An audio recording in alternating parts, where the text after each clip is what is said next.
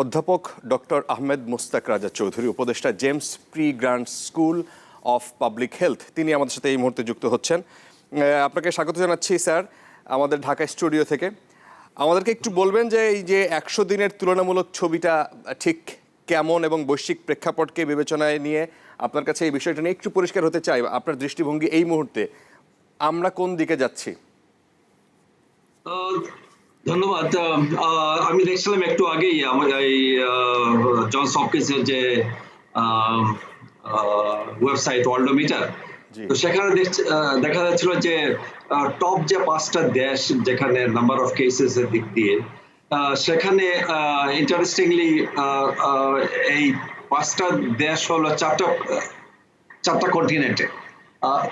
তার মানে হলো যে এই যে একটা প্যান্ডেমিক শুরু হয়েছে, এটা আসলেও পৃথিবী জুড়ে, এবং এবং এবং এর প্রকোপ সব মহাদেশে দেখা যাচ্ছে। উপরে আছে আমেরিকা, ইউএসএ, তারপরে ব্রাজিল, তারপরে রাশিয়া, তারপরে আমাদের ইন্ডিয়া, আমাদের প্রতিবেশী, এবং 5 নম্বরে আছে ইউকে।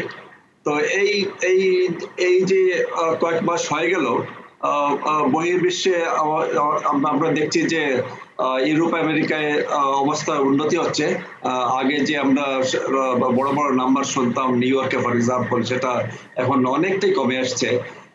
যদিও আমেরিকায় ওনারা চিন্তা করছে যে হয়তো সেকেন্ড ওয়েভ আসতে পারে। আবার যে রিসেন্ট যে কিন্তু স্যার, আমার প্রশ্ন হচ্ছে যে এই দেশগুলো যে কমিয়েছে, প্রকোপটা কমিয়েছে, সংক্রমণের হার কমিয়েছে, সেটা কমিয়েছেটা কিভাবে?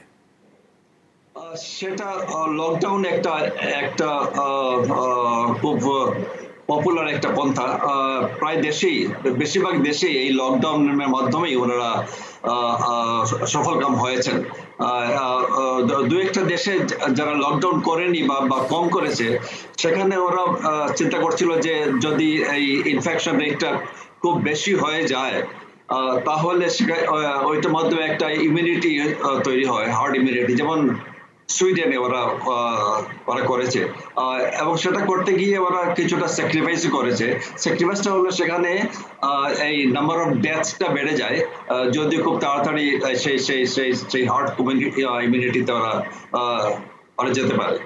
কাজে মেইন জিনিসটা যেটা দেখা যাচ্ছে যে ওরা সফলকাম হয়েছে, সেটা হলো এই লকডাউনের মাধ্যমে। কিন্তু উন্নত দেশগুলো, যুক্তরাষ্ট্রের মতো দেশ, যুক্তরাজ্যের মতো দেশ, স্পেন, ইটালিতে, সেইখানেও কিন্তু আমরা দেখেছি যে আপনার প্রচুর পরিমাণে মানুষ এই সময় এই যে অসচেতনতার যেই সিমটমগুলো তারা দেখিয়েছেন, তারা ঘুরতে বেরিয়েছেন, তারা বাইরে গিয়েছেন, এবং তাদেরকে বাংলাদেশিদের মতোই, ধরেন বাংলাদেশকে আমরা কথায় কথায় বলি যে বাংলাদেশের মানুষের টেন্ডেন্সি খারাপ, এই সেই, কিন্তু তাদের মধ্যেও কিন্তু এই টেন্ডেন্সি দেখা গেছে। হ্যাঁ, ওইসব দেশে লকডাউন বেশিরভাগ ক্ষেত্রে কিন্তু যখন ওরা খুব স্ট্রিক্টলি করেছে, তখন আসলে স্ট্রিক্টলি সেটা মানুষও ফলো করেছে, বের হয়নি। কিন্তু আস্তে আস্তে যখন ওরা এই ওপেন আপ শুরু করলো, তখন ওইসব দেশের লোকজন তো ঘরে বসার লোক না, তারা বের হয়। কাজে এখন দেখা যাচ্ছে যে সবাই আসলে বেরিয়ে পড়েছে, এবং এবং এবং এটা নিয়ে অনেকের আবার ভয় আছে যে এইটার মাধ্যমে আবার সেকেন্ড ওয়েভ আসে কিনা, যেটা আমাদের দেখতে হবে যে আসলে সেটা হয় কিনা। আচ্ছা, বাংলাদেশের পরিস্থিতির দিকে আপনাকে যদি বলি, যে বাংলাদেশে প্রতিদিনই আক্রান্তের সংখ্যা বাড়ছে, প্রত্যেক দিন আগের দিনের তুলনায় বেশি সংখ্যা হচ্ছে, যত বেশি টেস্ট করা যাচ্ছে তত বেশি মানুষ শনাক্ত হচ্ছে। এখন আমাদের টেস্টের ফ্যাসিলিটি যেহেতু কম, এবং টেস্টের বাইরে ডক্টররা যেভাবে কথা বলছেন, বিজ্ঞানীরা যেটা বলছেন যে আপনার প্রচুর পরিমাণে উপসর্গ নাই, এই ধরনের অনেক মানুষকে পাওয়া যাচ্ছে যারা এই করোনা আক্রান্ত, এখন তাদের উপসর্গ নাই এবং তারা প্রচুর পরিমাণে ছড়াচ্ছেন। এখন যারা উপসর্গ আছে তারই তো আপনার টেস্ট করার সুযোগ মানে কিছুটা দুষ্কর। সেই ক্ষেত্রে যারা এখন টেস্ট করার পরে আইসোলেশনে যাচ্ছেন, প্রশ্ন হচ্ছে যে তারা প্রপারলি আইসোলেশনটা কিভাবে হয় সেটা জানেন না। সেক্ষেত্রে আপনারা একটু বলবেন যে কিভাবে আইসোলেশনটা প্রপারলি হয় এবং ওইসব দেশ, উন্নত দেশগুলো তারা কিভাবে এটা মেনটেইন করে। ওইসব দেশে বেশিরভাগ ক্ষেত্রে ওরা ইনস্টিটিউশনাল আইসোলেশন করেছে। এবং এবং সেটা খুব সফলকামী হয়েছে আসলে। কিন্তু তাছাড়াও তারা এই অনেকেই আবার বাড়িতেও মানে এই আইসোলেশনটা করেছে, যেটাও যেহেতু এই অ্যাওয়ারনেসটা আছে, সেজন্য ওরা কিন্তু ঘর থেকে বের হয়নি আসলে। কিন্তু আমাদের দেশে আমরা কি দেখছি আসলে, সেটা হলো যে আমাদের দেশে আজকে বলা হচ্ছিল যে এখন আমাদের টেস্টিং ফ্যাসিলিটি হলো 59টা, কিন্তু বেশিরভাগই হলো যে ঢাকা এবং বিভাগীয় শহরে। তার মানে হলো যে প্রায় অর্ধেক জেলায় আমাদের আমাদের সেই টেস্টিং ফ্যাসিলিটি নাই আসলে। তো তো আমার আমার যেটা মনে হয় সেটা হলো যে আমরা এখন যে নাম্বার অফ কেসেস দেখতে পাচ্ছি, সেটা আসলে অনেক ভাবেই আন্ডার রিপোর্টেড। এবং আন্ডার রিপোর্টেড হওয়ার দুটো কারণ আছে। একটা হলো যে আমাদের এই টেস্টিং ফ্যাসিলিটি যারা বললাম যে অ্যাক্সেস নাই, অর্ধেক জেলাই নাই। আর দ্বিতীয় হলো যে কারা টেস্ট করতে আসে, যাদের যাদের সিমটম হয় তারা, কিন্তু যারা সিমটম হয় না তারা তো টেস্ট করতে আসে না। কাজে এসব কথা চিন্তা করলে আমার আমার মনে হয় যে আমরা আসলে আমরা যে নাম্বারটা দেখছি সেটা থেকে আসল নাম্বারটা বেশ বেশি হবে। আচ্ছা, সেই ক্ষেত্রে মানুষের যে টেন্ডেন্সি, সরকারি প্রতিষ্ঠানের পাশাপাশি বেসরকারি সংস্থা কি এইসব দেশে কাজ করছে না, যে আইসোলেশন আপনি কিভাবে করবেন, কিভাবে হচ্ছে, আদৌ হচ্ছে কিনা, তাদেরকে ট্রেসিং করা, এই বিষয়গুলো কি উন্নত দেশে স্বেচ্ছাসেবকদের মাধ্যমে এগুলো করা হচ্ছে কিনা? উন্নত দেশে হচ্ছে, এবং আমাদের মনে হয় যে এই উন্নয়নশীল দেশগুলো অনেকগুলোতে সেটা হচ্ছে আসলে। যেমন আমরা যদি আফ্রিকার রুয়ান্ডার কথা চিন্তা করি, রুয়ান্ডা এখন বলা হয় যে একটা একটা একটা টেস্ট কেস অফ ডেভেলপমেন্ট, এবং এবং সেটা তারা অনেক উন্নতি সাধন করেছে। কিন্তু ওরা যেটা করেছিল সেটা হলো যে জানুয়ারি থেকেই তারা প্রিপারেশন শুরু করে, এবং এবং সেখানে যে কমিউনিটি হেলথ ওয়ার্কার আছে ওদের ওদের করা তৈরি করে, যাতে করে যে যে কমিউনিটিতেই যাতে করে এই এই কেসগুলো ধরা পড়ে, এবং তাদেরকে যাতে এই এই আচ্ছা, জি জি, শুনতে পাচ্ছি। স্যার, আচ্ছা। তো তো তো এই কমিউনিটিতেই এই ওদেরকে যাতে ধরা পড়া যায়, এবং সেখানে যাতে আইসোলেশন এবং এবং ট্রেসিং এবং রেফারেল সবকিছু করা যায়। তো তো সেটাই তারা করেছে। আমরা আনফরচুনেটলি এখন পর্যন্ত সেই কাজটা এখনো করতে পারিনি। আমরা আমরা বলছি যে আমাদের এই করোনার মতো একটা সমস্যা যদি আমরা আসলে ঠিকমতো অ্যাড্রেস করতে চাই, তাহলে সমস্ত সমাজকেই আমাদের সাথে নিতে হবে, সব নাগরিককে সাথে নিতে হবে। কিন্তু আমরা সেটা আসলে দেখছি না। এবং এবং আমাদের প্রতিটি গ্রামে গ্রামেই যেটা উচিত সেটা হলো যে এই করোনা। আপনি আপনি একটু থাকবেন আমাদের সাথে, আমাদের একটা ছোট্ট বিরতির সময় আছে। বিরতির পর সেই যে লকডাউন পরিস্থিতি এবং জোনিং সরকার যে কার্যক্রম শুরু করছে, এই বিষয়টা নিয়ে আপনার কাছ থেকে শুনতে চাইবো। দর্শক, ছোট্ট একটা বিরতির সময় আছে আমাদের, আমরা ফিরছি একটু পর।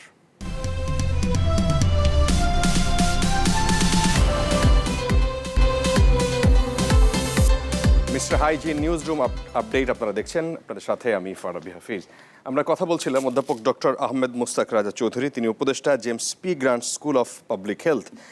আমরা বিরতির আগে আপনার সাথে কথা বলছিলাম স্যার, যে বিষয়টা নিয়ে যে আমাদের একে তো পরীক্ষা পর্যাপ্ত না, উন্নত বিশ্বের সাথে যদি তুলনা করেন, মানুষ এইভাবে সচেতন না, আবার অর্থনৈতিক আমাদের যে লিমিটেশন, সেটা সারা পৃথিবীর মতো আমাদেরও, এবং আমাদের এখানে তুলনামূলক মানুষের শিক্ষার হার কম, মানুষ অসচেতন, এবং যেহেতু আমাদের অর্থনৈতিক কারণে সব মিলিয়ে তাদেরকে ওইভাবে লকডাউনের মাধ্যমে, অর্থাৎ একদম ঘরে বসিয়ে রাখা সম্ভব হচ্ছে না।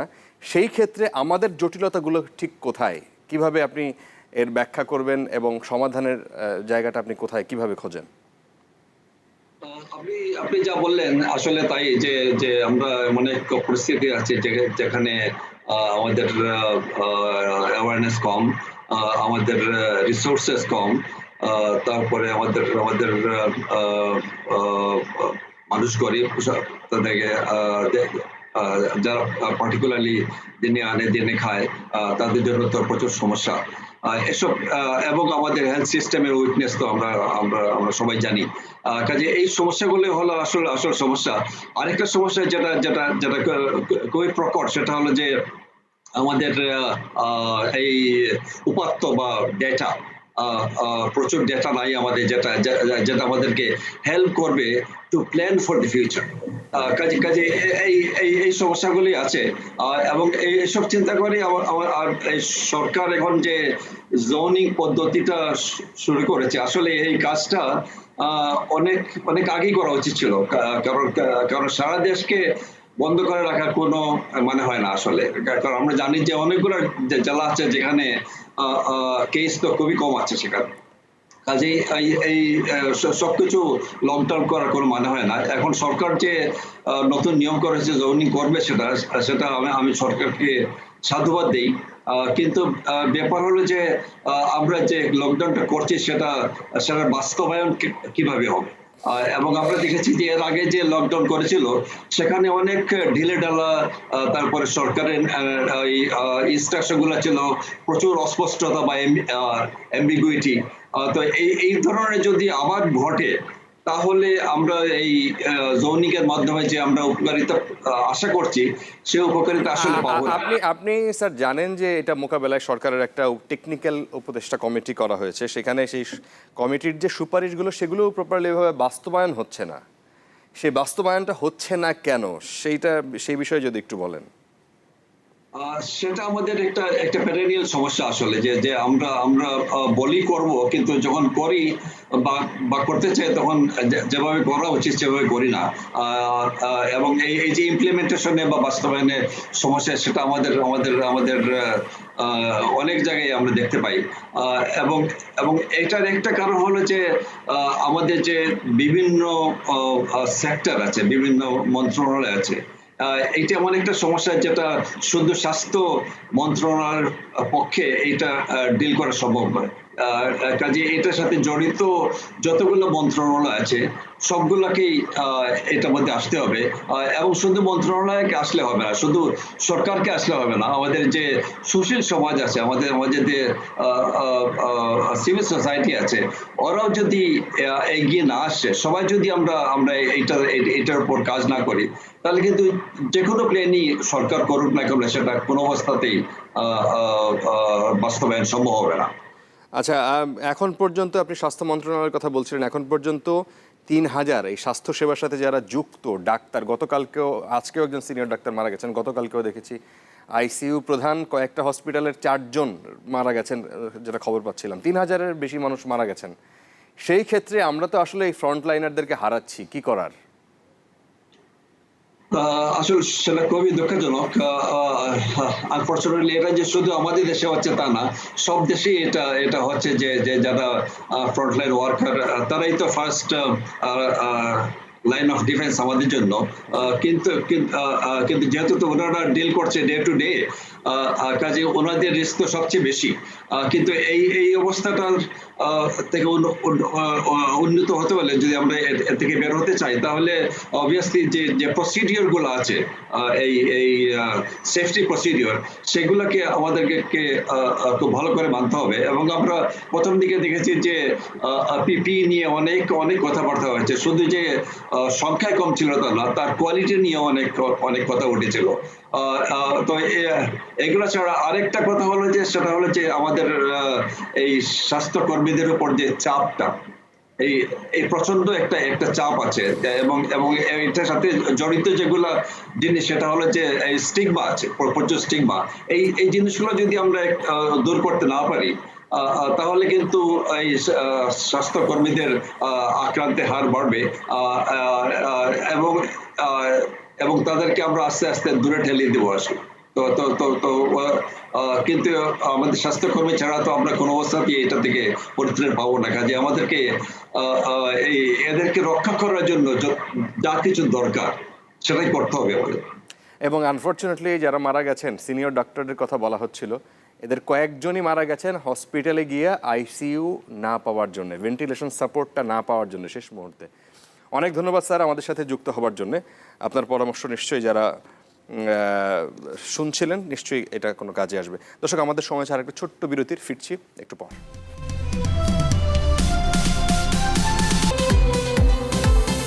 Mister hygiene news room update আপনারা দেখছেন চ্যানেল 24-এ। এইবারে জানাবো বিজনেস 24 শিরোনাম।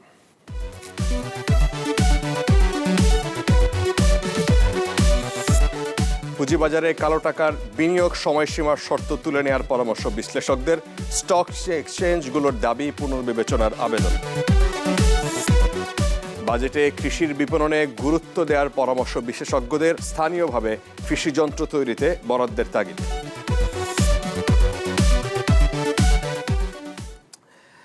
আপনারা জানেন যে এবারের বাজেটে পুঁজিবাজার সহ বেশ কয়েকটি খাতে কালো টাকা বিনিয়োগের সুযোগ দিয়েছে সরকার, যা ফলপ্রসূ করতে বিনিয়োগ সময়সীমা তুলে দেওয়ার পরামর্শ দিচ্ছেন বিশ্লেষকদের কেউ কেউ। তারা বলছেন যে তালিকাভুক্ত নয় এমন কোম্পানির কর্পোরেট ব্যবহার কমছে। এক্সচেঞ্জগুলোর দাবি পুনর্বিবেচনার আবেদন। বাজেটে কৃষির বিপণনে গুরুত্ব দেওয়ার পরামর্শ বিশেষজ্ঞদের। স্থানীয়ভাবে কৃষি যন্ত্র তৈরিতে বরাদ্দের তাগিদ।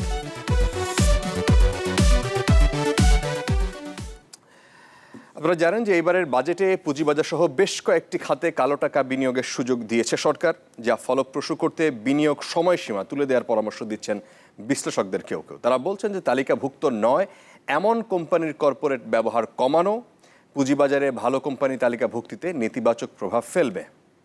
পুঁজিবাজার সংশ্লিষ্ট প্রতিষ্ঠানগুলোর আরও কিছু দাবি আমলে নেওয়ার পরামর্শ দিচ্ছেন তারা। আনিসুর রহমান একটি রিপোর্ট করেছেন।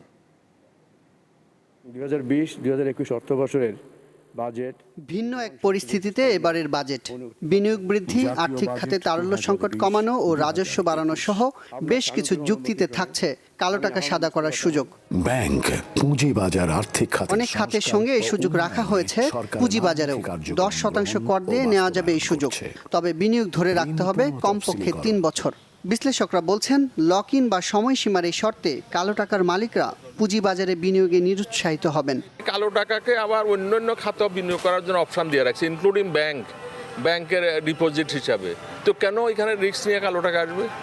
কেউ আসবে না। অতীতেও দেখা গেছে 2-4বার দিয়েছিল, but black money did not flow to the capital market. পুঁজিবাজারে আপনি 10% দিয়ে যে টাকাটা আপনি বিনিয়োগ করেছেন আপনার এটা হালাল হয়ে যাবে, কিন্তু আপনাকে শেয়ার ধরে রাখতে হবে ওইখানে 3 বছর। মাননীয় অর্থমন্ত্রীকে আমি বলবো আসলে এই রেস্ট্রিকশনটা ঠিক হচ্ছে না, এটা ম্যাক্সিমাম 1 বছর হওয়া উচিত।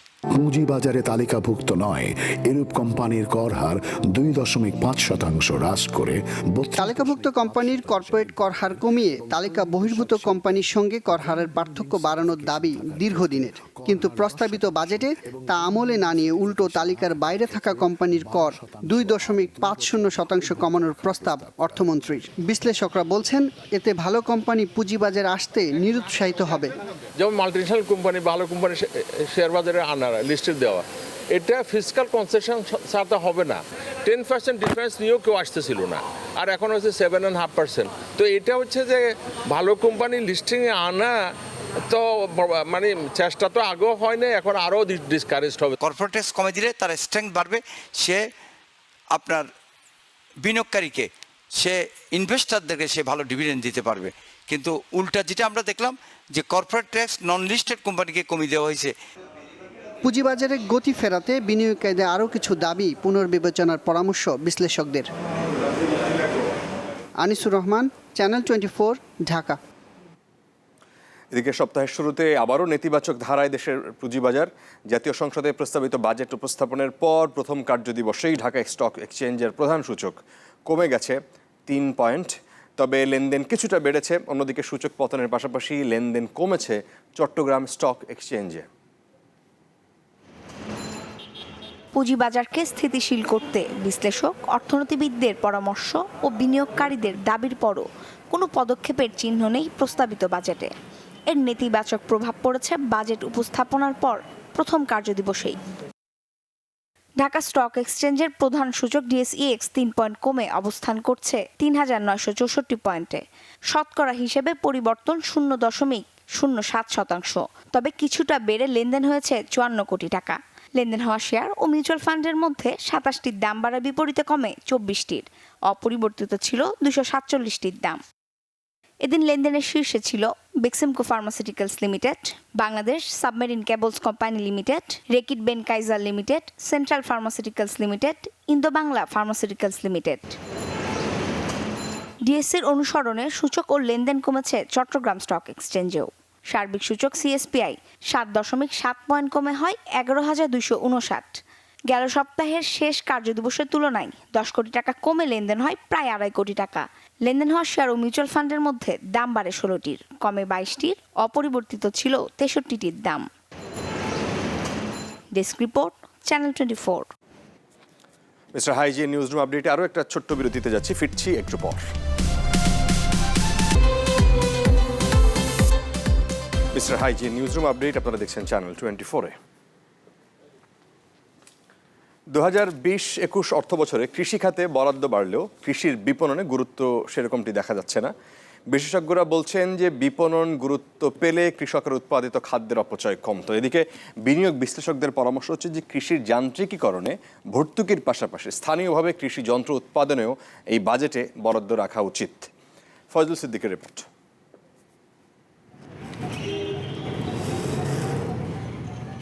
করোনা মহামারীতে শিক্ষা, শিল্প, কলকারখানা যখন একের পর এক বন্ধ, তখনও সচল ছিল কৃষকের হাত পা সবকিছুই।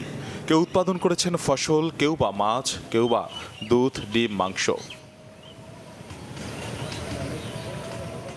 গেল 11 জুন জাতীয় সংসদে অর্থমন্ত্রী আহম মোস্তফা কামাল বক্তৃতায় জানান, এবারের বাজেটে দ্বিতীয় সর্বোচ্চ গুরুত্ব পাচ্ছে কৃষি। কিন্তু ফসল এবং মৎস্য ও প্রাণী সম্পদ উপখাতে বরাদ্দ হয়েছে মাত্র 19,030 কোটি টাকা, যা গেল বছরের তুলনায় 2,049 কোটি টাকা বেশি। আমরা 2020-2021 অর্থ বছরের বাজেট বক্তৃতা সংক্ষিপ্ত আকারে উপস্থাপন করছি। কৃষির নীতি নির্ধারকরা বলছেন, কৃষিখাতের সবচেয়ে দুর্বল দিক বিপণন ব্যবস্থা, কিন্তু তা নিয়ে বাজেটে নেই কোনো নির্দেশনা। আপনি যখনই কমার্শিয়াল এগ্রিকালচার বলছেন তখনই কিন্তু মার্কেটিং চ্যানেলটা একটা স্ট্রং মার্কেটিং চ্যানেল থাকতে হবে। আর যেহেতু আমাদের মার্কেটিং চ্যানেলটা খুবই দুর্বল, সুতরাং প্রাইভেট সেক্টরকে এখানে উৎসাহিত করার জন্য এই কাজগুলো একান্ত গুরুত্বপূর্ণ। আমরা মনে করি মার্কেটিং এর জন্য একটা দিক নির্দেশনা বাজেট যেখানে এখন সময় আছে সরকার বিষয় বিবেচনা করবেন। আমদানি নির্ভর কৃষি যান্ত্রিকীকরণে দেয়া ভর্তুকিকে আপাতত ইতিবাচক মনে হলেও স্থানীয় কৃষি শিল্প বিকাশ জরুরি, যা নিয়ে বাজেটে বরাদ্দ থাকা উচিত ছিল, বলছেন বিনিয়োগ বিশ্লেষকরা। কৃষির উৎপাদিত পণ্য শিল্পের কাঁচামাল হিসেবে যদি ব্যবহৃত না হয় তাহলে কিন্তু আপনার টেকসই কৃষি অর্থনীতি করা সম্ভব নয়। এই কারণে আমি মনে করি আমাদের কৃষি শিল্প গবেষণা প্রতিষ্ঠান নামক নতুন একটি গবেষণা প্রতিষ্ঠান এই বাজেটে একটি আসার প্রয়োজন ছিল। বাজেটে হিমায়িত মাংসের উপর শুল্ক ও ভ্যাট বাড়ানো, প্রাণী ও মাছের খাদ্যের অন্যতম উপাদান সয়াবিনের আমদানি শুল্ক কমানোয় সরকারকে সাধুবাদ জানিয়েছেন কৃষি অর্থনীতিবিদরা। ক্ষতিগ্রস্ত খামারিদের কিছু মাছের পোনা, মুরগির বাচ্চা অথবা কিছু খাবার, গরুর কিছু খাবার, এগুলো দিয়ে যদি তাদেরকে একটু সহযোগিতা করা যায় তাহলে কিন্তু এই সেক্টরে যারা এই ব্যবসা থেকে বেরিয়ে গেছে তারা কিন্তু এখানে ঢুকতে হবে। আমার বিশ্বাস সরকার এই বিষয়টি বিবেচনা করবে, কারণ কেবল আমরা বাজেটটা দেখতে পেলাম, এর ইমপ্লিমেন্টেশন সামনে হবে। এবং ফয়জুল সিদ্দিকী, চ্যানেল 24, ঢাকা। মৌলভীবাজারে দেখা দিয়েছে গবাদি পশুর লাম্পি স্কিন ডিজিজ। শরীরে দেখা যাচ্ছে গুটি গুটি ফুলে যাচ্ছে গলা এবং পা। এরই মধ্যে মারা গেছেন কমপক্ষে 20টি গরু, আমরা যে খবরটা পেয়েছি। এমন রোগে দিশেহারা সেখানকার খামারিরা অভিযোগ করছিলেন যে আক্রান্ত পশুর চিকিৎসায় প্রাণী সম্পদ অধিদপ্তরের কোনো সহায়তা তারা পাচ্ছেন না। গরুর গায়ে উঠেছে গুটি, ফুলেছে গলা ও পা, ক্ষতস্থান থেকে খসে পড়ছে মাংস। গবাদি পশুর এই রোগের নাম লাম্পি, স্থানীয়ভাবে পরিচিত পশুর গুটি বসন্ত নামে। করোনা মহামারীর মধ্যে রোগটি যেন মরার উপর খাড়ার ঘা। গবাদি পশুর এই রোগ ছড়ায় মশা ও মাছের মাধ্যমে। উপজেলা প্রাণী সম্পদ কর্মকর্তারা বলছেন এই রোগের কোনো প্রতিষেধক নেই। চাকা চাকা দেখা যায়, ছিদ্র হইয়া গোল হইয়া ঢুকে যায়।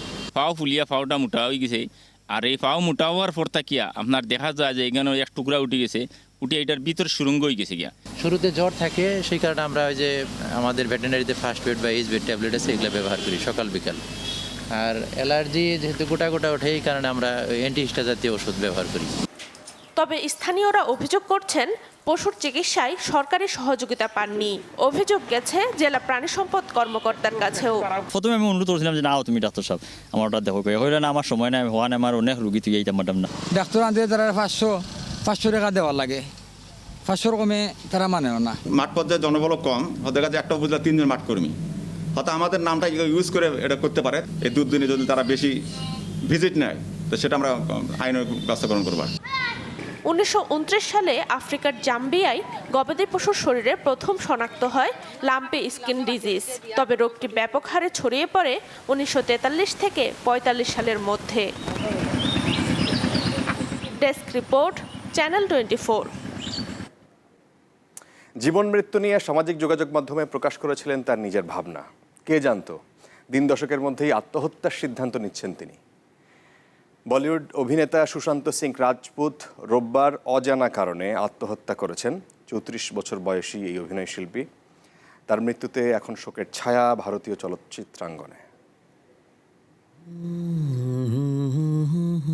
সংকট কিংবা সীমাবদ্ধতার ঘেরাটোপে যেন সমাধানটা না হয় আত্মহত্যা।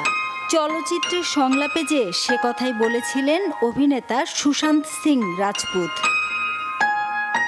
কিন্তু নিজেই যে বেছে নিলেন আত্মবিধ্বংসী সেই পথ। ইতি টানলেন একজন উদীয়মান গুণী অভিনয় শিল্পীর বর্ণাঢ্য ক্যারিয়ারের।